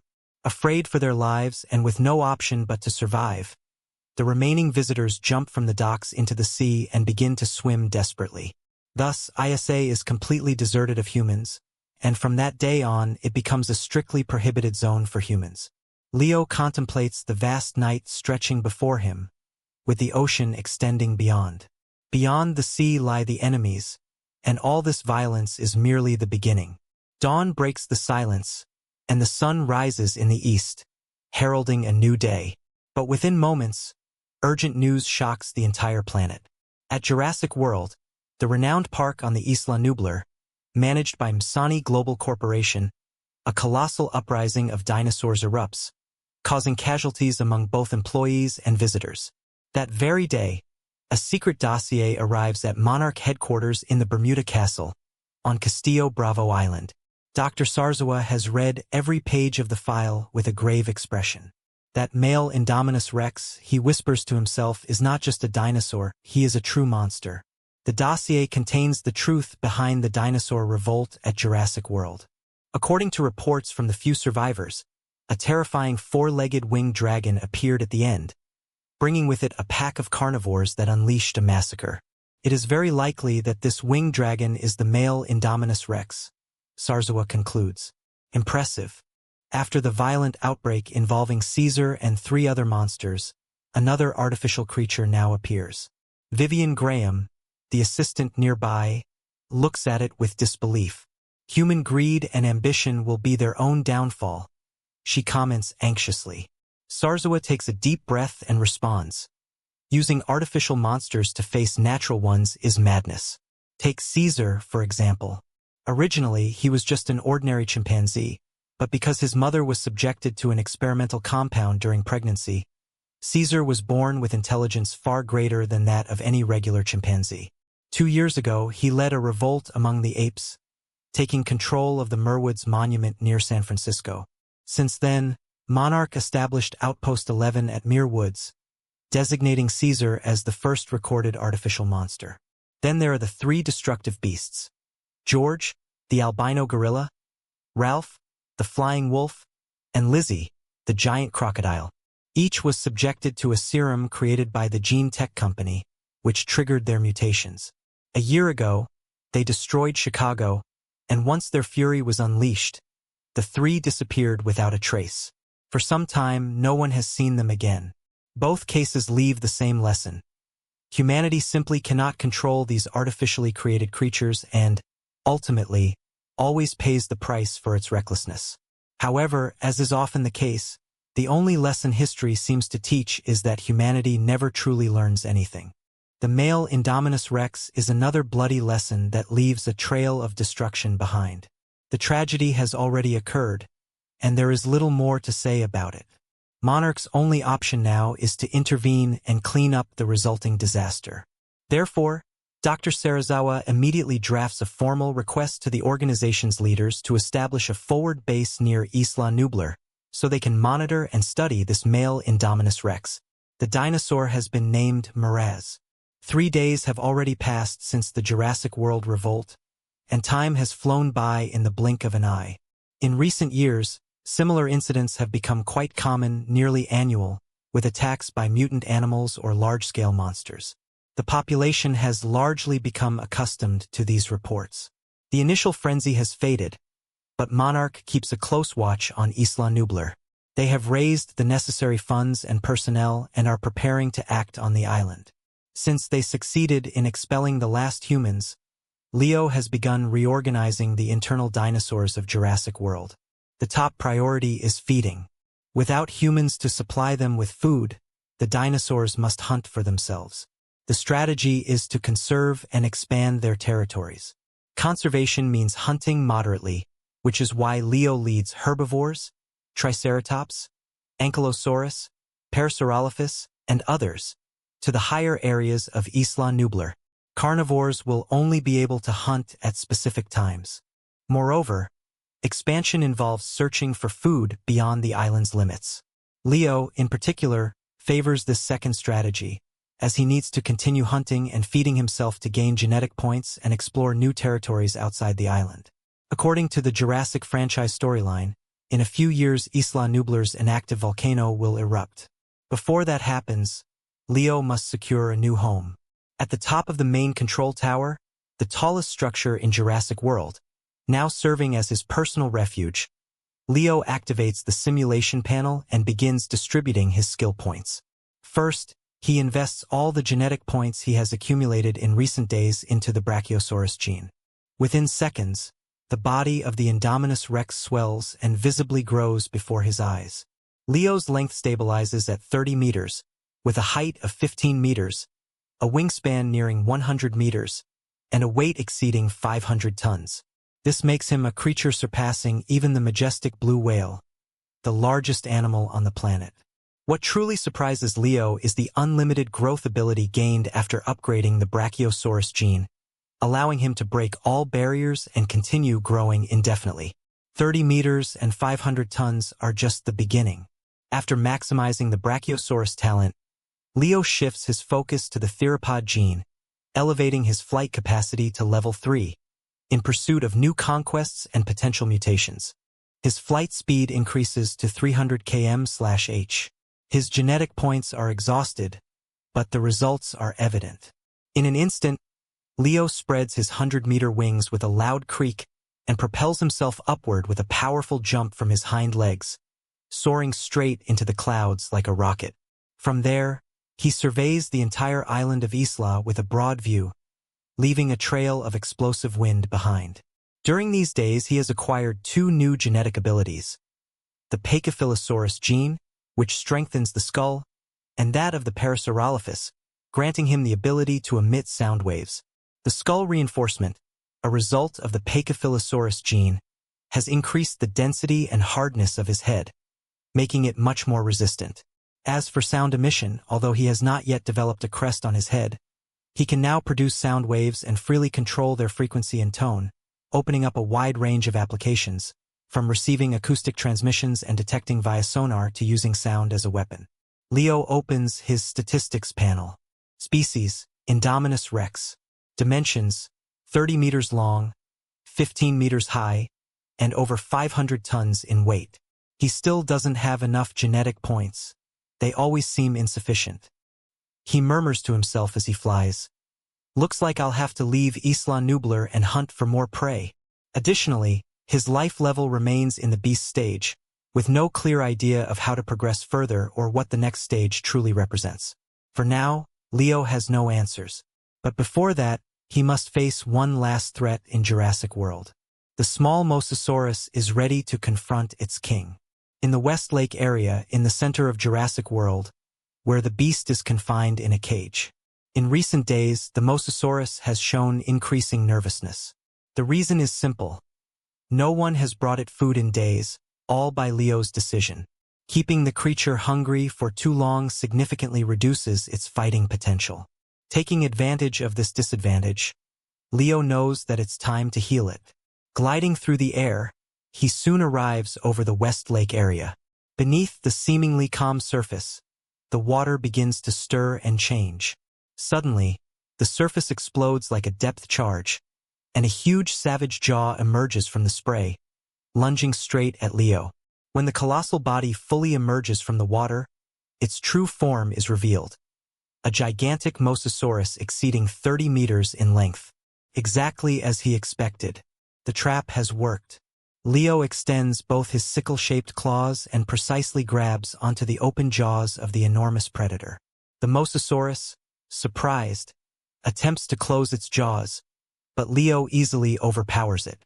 Not only does it fail to shut its mouth, but its entire body becomes caught in Leo's grip. It's time to bring the prey ashore. With another powerful beating of his 100-meter wings, Leo forcefully drags the mosasaurus, weighing nearly 200 tons, out of the water and lifts it into the air. The terrified mosasaurus thrashes like a fish seeking air, unable to escape from the indomitable Rex, who is much larger than it. Defeat seems inevitable. Suddenly, Leo lifts the massive marine reptile high into the air, raising it several meters before slamming it forcefully onto solid ground. In this aquatic struggle, even with his size advantage, Leo was out of his element in the depths, so the mosasaurus still posed a real threat. However, in aerial or land combat, the enormous predator was completely at his mercy. Even on land, the mosasaurus desperately tried to fight, deploying all its strength to shake free and fight violently. Nearby, Rexy, Gray, and other dinosaurs retreated, surprised by the spectacle. The size of the mosasaurus and the destruction it caused, combined with how easily Leo controlled it, left them astonished. Gradually, the exhausted mosasaurus went still, utterly worn out and surrendered to Leo. Then, the young leader descended to the ground, roaring authoritatively over the barely breathing creature. With little life left inside, the mosasaurus had no choice but to submit to Leo's imposing presence. After its surrender, Leo released the animal into the waters of the western part of the lake, saving its life. As an act of mercy, he threw a sauropod carcass, a substitute for his own dinner, which the starving mosasaurus devoured without hesitation. For Leo, as long as he ate, the other could also feed and freedom would be his. From there, Leo made his intentions clear with a roar that echoed throughout the region, conveying its meaning to the mosasaur. The mosasaur, like all dinosaurs confined since birth in that narrow lake, understood that the end of the park's electric barriers and the opening of the walls now allowed the outside sea to merge with the lake, freeing the marine giant. The mosasaur responded with a deep, resonant growl as a sign of sincere gratitude. The dinosaur alliance had been consolidated. Leo, beating his wings, soared into the sky, releasing a roar that called all group members. In the air, Quetzalcoatl and a group of theropods accompanied him on his flight. Over the waters, the mosasaur emerged, while on land, the Indominus female, Rex, Gray, Rexy, Jigsaw Wyrm, Spinosaurus, and other predators advanced with determination. The scene displayed the magnitude of a restart, the return of a dragon's prominence in prehistoric life. In the following days, a hierarchy was established within the Jurassic Alliance. Leo became the supreme commander, undisputedly crowned king of the Jurassic dragons, holding the highest rank. Next to him, in second place, was Gray, his sister. Then came the 5 dragon generals: Mosasaurus, Jigsaw Wyrm, Rexy, Quetzal, and Spinosaurus. Beneath them were the 8 dragon knights, forming an organizational structure that marked a new beginning. The Dinosaur Alliance was officially founded, with a war cry that echoed, "Make the great dragons again. Congratulations! You have surpassed Jurassic World and earned 2,000 genome points." A notification from the simulator echoes in Leo's ears. Jurassic World completed. He pauses, and at that moment, a wave of information floods his mind, offering him a much clearer vision of the world he is in. This world is not simply the version from the Jurassic Park movies, but an amalgamation of monster movie universes. It blends the stories of Rise of the Planet of the Apes, Rampage, The Great Wall, Megalodon, Kong, Skull Island, and Godzilla. The dinosaurs of Jurassic are only the tip of the iceberg. The complexity of this universe far exceeds Leo's expectations. Jurassic World may have been just an introductory level, a kind of tutorial. Monsters like Kong, Godzilla, Ghidorah, Or the titanic giants are not fiction but real creatures that reach heights of several hundred meters and weights ranging from tens of thousands to millions of tons. It is an incredible world, full of dangers and wonders. Leo accepts this reality without doubt and feels a surge of enthusiasm for what lies ahead. The greater the difficulty of the path, the more interesting it becomes to him. Returning to the present, the 2,000 gene points he just gained are immediately allocated to enhance his genes of Tyrannosaurus, Pterodactyl, and Parasaurolophus, elevating them to the next level. The Teratops's easy flight ability advances to sonic flight, increasing the strength of its wings fivefold. Its flight speed reaches Mach 1, that is, 1,224 kilometers per hour. The pterodactyl gene, which conferred a dense skull, evolves into an iron skull with steel bones, reinforcing its entire skeletal structure to a resistance comparable to solid steel. Finally, the Parasaurolophus's ability to emit high-energy sounds progresses to sonic pulse. The high-power sound waves emanating from its mouth are compressed and propelled at high speed, generating an incredibly intense shockwave. These three genetic enhancements occur in quick succession, marking a new leap in Leo's power. With internal threats under control and basic skills stabilized, they now turn their attention outward. It's time to broaden their horizons. The first step is to take a look at the island.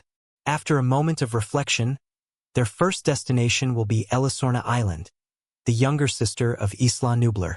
First, Leo informs Gray, then takes off in a direct flight westward toward the island. Beyond Isla Nublar lies a vast ocean, immense and infinite. Elisorna Island is located 140 kilometers to the west. For Leo, this distance is insignificant, a short journey of just a few minutes. Pushing his speed to the maximum, he accelerates gradually, the air around him building and compressing with each passing second. Air resistance multiplies, and the compressed air in front of him fragments and forcefully displaces. Shockwaves form on both sides, culminating in a thunderous explosion in the sky. It's a sonic boom. Without a doubt, Leo has just broken the sound barrier, reaching true sonic speed. Meanwhile, on Elisorna Island, an advanced reconnaissance squadron from Monarch arrives in several Blackhawk helicopters. Another island amidst chaos, in the middle of unknown seas. Enough of islands, thinks their leader, Conrad.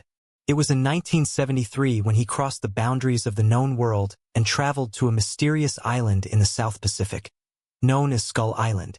Conrad was a former Special Forces operative of the British Air Force.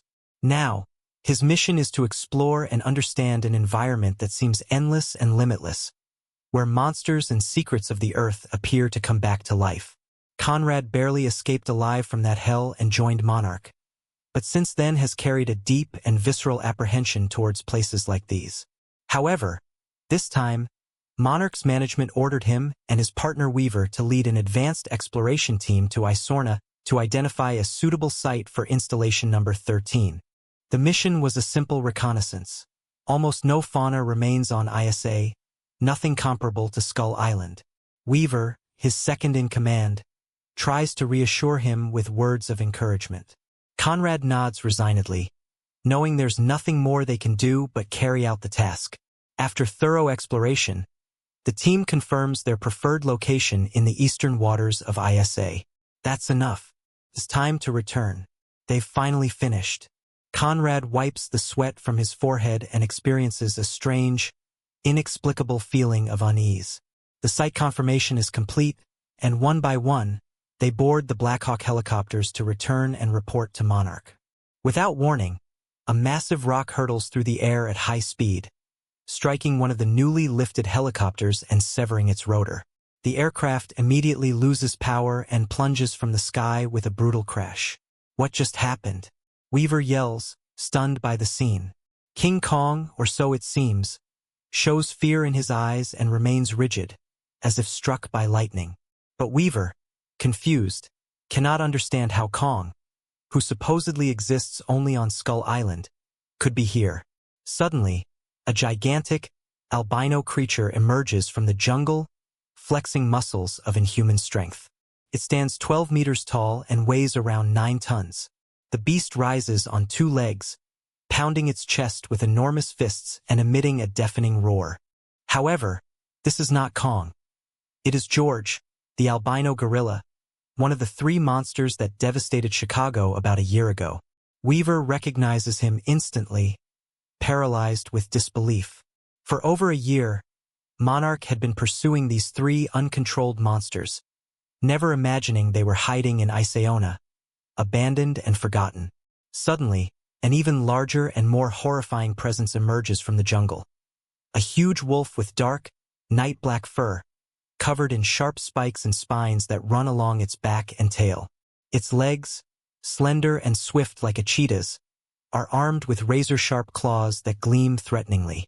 It is 26 meters long, 14 meters tall at the shoulders, and weighs approximately 13.8 tons. Conrad orders via communication to get everyone to him. Determined, he takes control of Black Hawk 1 and executes agile maneuvers, quickly distancing from the threat and heading toward the coastal waters. Seeing that George and Ralph are not pursuing him, he breathes a sigh of relief. However, as he approaches the shoreline, the sea, which seemed calm, suddenly opens up to reveal a colossal crocodile's mouth capable of swallowing the helicopter whole. A giant crocodile appears, even larger than George and Ralph combined, measuring over 68.5 meters in length. With a height of 5 meters and weighing 150 tons, Lizzie Weaver felt her heart drop to the ground. George and Ralph had only briefly inhaled the bioengineered serum vapor, so their mutations were limited, but Lizzie had ingested an entire bottle at once. Her transformation was far more advanced and dangerous. Lizzie's monstrous, wide-open jaw snapped shut forcefully around the tail of Black Hawk 1, tearing it in midair. The ship began to sink rapidly, indicating that everything was about to go badly. "Hold on!" shouted Conrad, trying to warn them. The fall was brutal, and with a crashing sound, Black Hawk 1 crashed into the shore, cushioned by the water. Conrad and Weaver managed to release their harnesses and escape from the wreckage, but they barely surfaced when they saw Lizzie, like a mountain, with her colossal body towering over them, her enormous, toothy jaw just centimeters away. In front of a creature of such size, they seemed insignificant, like 2 ants. Just as they were convinced that death was imminent, a thunderous echo of sonic explosions resonated in the distant sky, like deep thunder. From afar, this blast of sound caused their eardrums to vibrate as if they were about to lose their hearing. Lizzie let out a growl of pain and turned her eyes toward the tiny silhouettes floating beneath her, heading toward the source of that roar. "What is that?" After recovering from the impact, Conrad and Weaver looked up and saw the silhouette of a 4-legged winged dragon approaching at an incredible speed, with a wingspan of 100 meters, whipping up a hurricane from the shores of Isla Sorna with each beat of its wings. It was the male Indominus rex, named Myrez, from Isla Nublar. Both shouted in unison, recognizing it immediately. Compared to the data they reviewed before departing, Myrez seemed even larger, and his flight clearly produced a sonic boom at Mach 1 level. In the raging wind, Lizzie, Ralph, and George unleashed furious roars, feeling that Sorna was their territory and that this dragon was an invader. These 3 creatures were particularly familiar. The furry one was an albino gorilla, the flying one a winged wolf, and the largest was a giant crocodile. All 3 came from the movie Rampage, and now they were right there on Isla Sorna. The opportunity seemed perfect, although at that moment, they lacked enough genetic points. Only stronger and more monstrous creatures granted the necessary rewards. These 3 beings were a valuable investment and would surely bring in a significant amount of DNA points. Myrez first fixed his gaze on the smallest one, George. His wings quickly folded, and in a swift attack, he launched from the sky like a meteor, with his giant shadow covering George. Seeing the Indominus Rex approaching, George threw the same enormous rock he had used against the helicopter, now aimed at Myrez's head. The giant did not dodge. He allowed the stone to impact, producing a loud cracking sound and shattering the rock into 1,000 pieces. Leo's skull, reinforced by his steel bone ability and Pachyphylosaurus genes, completely absorbed the impact without a scratch. In the next fraction of a second, his sickle-shaped claws, shimmering with a cold light, lunged with full force, slicing through the air like lightning toward George's neck, heading straight for his head like a fruit knife. George, who had been moving and fighting for his life just moments before, lost his head in an instant, and his body, headless, fell backward to the ground. You have eliminated a mutant, a silverback gorilla. You earn 1,000 genetic points. The genome analysis is complete. The gene for the giant gorilla with high muscle density. The gene for the shark with unlimited growth. The gene for the blue whale which allows accelerated growth. And the gene for the beetle which multiplies strength by 100. The genetic points total up to 1,000, enough to open a beast chamber. Undoubtedly, the reward is enormous. What surprises Leo even more is that defeating George simultaneously grants 4 different animal genes. It is almost certain that this is due to the bioengineering serum that triggered the mutation, but the loot can wait until the fight ends. The battle continues. It's time to retreat quickly. With the rampaging beast now completely focused on Leo, Conrad and Weaver seize the opportunity to escape in desperation. Any careless move with these creatures, and they would be crushed without remorse, as if they were ants.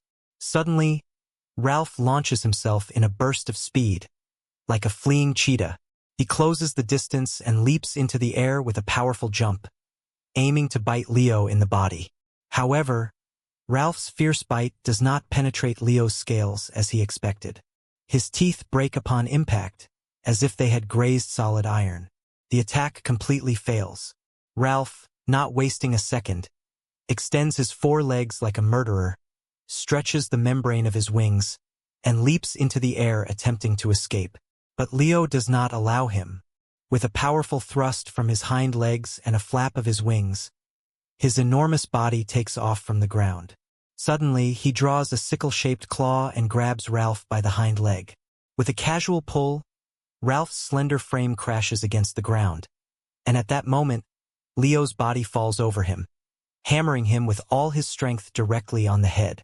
More than 500 tons suddenly fall, and Ralph lets out a painful scream before becoming completely still. You have eliminated a mutant, a gray wolf. You have gained 3,000 genetic points. The genome analysis is complete. The gray wolf gene with a level 1 resistance upgrade. Ralph grants more genetic points than George, and also has more fused animal genes, even before Leo can catch his breath.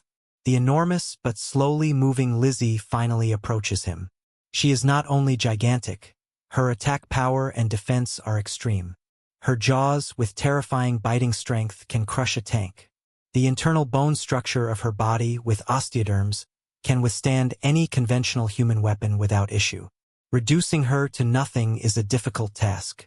As she approaches, Lizzie, who seems slow, suddenly coils her tail and propels her upper body forward like a coagulated trap. A sudden burst of energy shocks the air, and Leo feels a violent wind slap his face from directly ahead. Lizzie's enormous jaws open at an absurd angle, rapidly advancing toward his throat with terrifying speed. If her jaws manage to close and she repeats her deadly spin, the consequences would be catastrophic. However, Leo's reflexes are faster. His psychic perception allows him to anticipate Lizzie's movement even before it begins, and precisely, he grips her upper and lower jaws, forcing them apart. Perceiving danger, Lizzie flails in panic, but it's already too late. Her entire mouth opens in a muffled cry of agony, torn from the corner and opened beyond all possibility of closing. The beast lets out a heartbreaking screech, and her colossal body convulses desperately until finally she manages to break free from Leo's grip. At that moment, Leo decides to go for an internal collapse, using the force of repeated strikes and throws to attack Lizzie's bones from within. After more than 10 full-force blows and throws onto the ground, the surrounding terrain turns into a shattered and unrecognizable crater. Lizzie lies unconscious, with all her bones pulverized into dust. Her body becomes limp and submissive. You have eliminated an American mutant crocodile. 10,000 gene points accumulated. The genetic analysis is complete. Cayman genes. Level 1 scale armor. What a valuable loot. 3 crazed beasts killed. 11,400 gene points from a single action. Congratulations. You have cleared the Desmond threat. As a reward, you receive 3 mutagenic serums. The mutagenic serum, developed by a biotech company, combines multiple animal genes and causes genetic mutations in the creature that absorbs it. Suddenly, a beep sounds in Leo's ear from the simulator. Mutagenic serums. Leo's eyes light up. Now this is something useful, although not for himself, since he does not lack animal genetics at all. The battle is gradually calming down, and the dust begins to settle. Finally, Leo shifts his gaze and notices Conrad and Weaver on the ground below, as if a human walking through the streets pays no attention to the ants under their feet.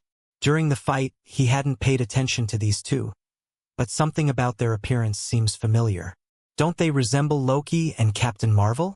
Leo quickly realizes that they are just ordinary people, but nearby there is also a fallen Blackhawk helicopter, clearly marked with a symbol in the shape of an inverted funnel Monarch. Now he recognizes these two humans belong to Monarch, the monster tracking organization of the monstrous universe. Was Monarch searching Isorna for the 3 mad beasts? Or was their target Leo himself and the Jurassic dinosaurs? In any case, Leo will not allow human surveillance to invade his territory, and Monarch will be no exception. Conrad and Weaver manage to get up amidst the debris and ashes, but suddenly they feel an icy chill that goes to their bones. As they slowly lift their heads, their eyes lock with Maraid's gaze and his crimson dragon eyes fixed on them. Immediately, a leg like a fallen column lunges and crushes them like ants. Leo accesses his stats panel to assess the situation. Leo is an imposing being whose body length reaches 30 meters and height is 15 meters, weighing over 1,000 tons. Although his dimensions have not changed, the density of his muscles has increased significantly, doubling his weight and pushing it beyond 1,000 tons. Thanks to explosive force 1,000 times greater, his peak power now amounts to 1 million tons. Moreover, his rapid regeneration ability allows him to heal and renew himself as long as his body is not completely destroyed. So far, he has fused 18 different animal genes in a continuous progression. For future enhancements, his main focus remains on strengthening his core genetic structure, the root of his true growth. With over 10,000 remaining gene points, Leo invests in unlimited expansion of his body size, growing even larger. Every part of his organism undergoes an explosive growth wave. His length reaches 50 meters, height exceeds 25 meters, and his weight skyrockets to 5,000 tons, comparable to a standard warship destroyer. The distribution of genetic points also focuses on strengthening its metallic armor on the skin, reinforcing its muscles, steel skull, steel bones, sharp teeth like steel shark teeth, and sickle-shaped steel claws. Each upgrade is performed sequentially, reinforcing each element one after the other.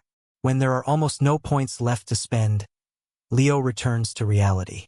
He performs a thorough inspection of Alorna and observes that the wild fauna is scarce, but the overall ecosystem remains reasonably intact. The absence of human intervention has allowed Isola's environment to be ideal for dinosaur survival.